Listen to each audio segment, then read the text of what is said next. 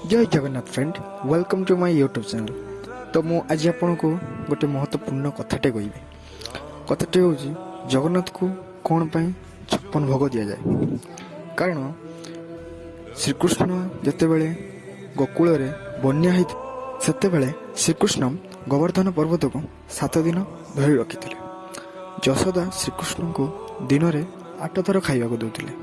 तो 7 दिन खाइबा श्रीकृष्ण को माता यशोदा एका थरे देते।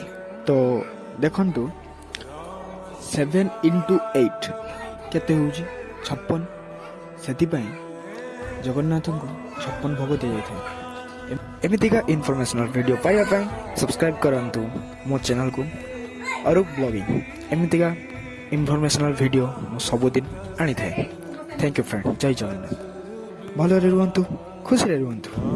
रहुची फ्रेंड्स।